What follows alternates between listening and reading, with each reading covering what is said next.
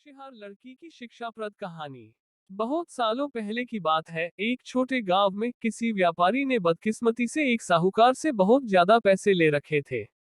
साहूकार, जो पुराना और चिचिड़ा था, वह अपने पैसों के बदले में व्यापारी से सौदा करना चाहता था। वो कहता था कि यदि उसकी शादी व्यापारी की खूबसूरत बेटी से हुई तो वह उसके द्वारा लिए पैसों को भूल जाएगा। व्यापारी के इस प्रस्ताव से व्यापारी और उसकी बेटी दोनों ही चिंतित थे। तभी व्यापारी ने कहा कि उसने एक खाली बैग में एक सफेद और एक काला कंकड़ रखा है। उस लड़की को बैग में से कोई भी एक कंकड़ निकालना था। यदि उसकी बेटी ने काला कंकड़ निकाला तो वह लड़की साहूकार की पत्नी बन जाएंगी और उसकी पिता का कर्ज माफ कर दिया जाएगा, और यदि उस लड़की ने सफेद कंकड़ निकाला तो उस लड़की की साहूकार से शादी नहीं होगी और उसके पिता का कर्ज भी माफ कर दिया जाएगा।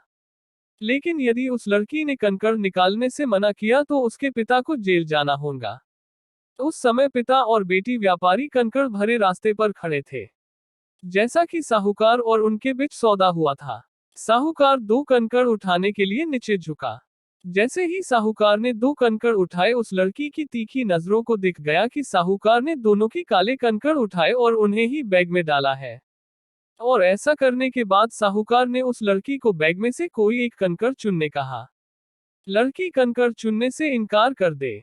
2. लड़की ये बता दे कि साहूकार ने बैग में दोनों ही काले कंकड़ डाले हैं और साहूकार को धोखेबाज साबित करे। 3. लड़की उस बैग में से काले कंकड़ को चुने और अपने पिता को बचाने के लिए खुद को उस साहूकार से हवाले कर दे, ताकि उसके पिता का कर्ज भी माफ हो और उन्हें सजा भी ना मिले। ये कहानी इस इरादे से कही गई है कि हम वास्तविक पर तार्किक सोच के बीच के अंतर को जान सके। उस लड़की ने बैग में हाथ डाला और कंकड़ बाहर निकाले। उसने जल्दी से एक कंकड़ निकाला और कंकड़ भरे रास्ते पर निकाले हुए कंकड़ को गिरा दिया। जल्द ही वह कंकड़ रास्ते पर दूसरे कंकड़ों में मिल गया। उस लड़की ने तुरंत कहा, ओह, मेरे हाथ से तो कंकड़ नीचे गिर गया।